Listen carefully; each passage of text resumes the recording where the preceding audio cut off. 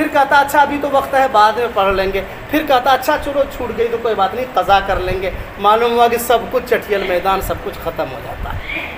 اس لیے ظہر کے بعد 4 رکعت فرض کے بعد 2 رکعت سنت اور 2 رکعت نفل، اس کا اہتمام کریں گے ہم لوگ انشاءاللہ، پابندی سے کریں گے انشاءاللہ اہتمام۔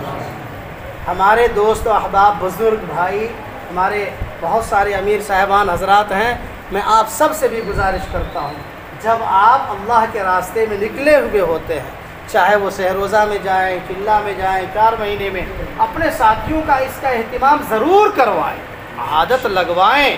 آپ 2 رکعت سنت پڑھیں، 2 رکعت نفل پڑھیں، اس کے بعد تعلیم شروع کریں۔ 2 رکعت نفل میں کیا ہو جائے گا؟ کچھ ہو جائے گا؟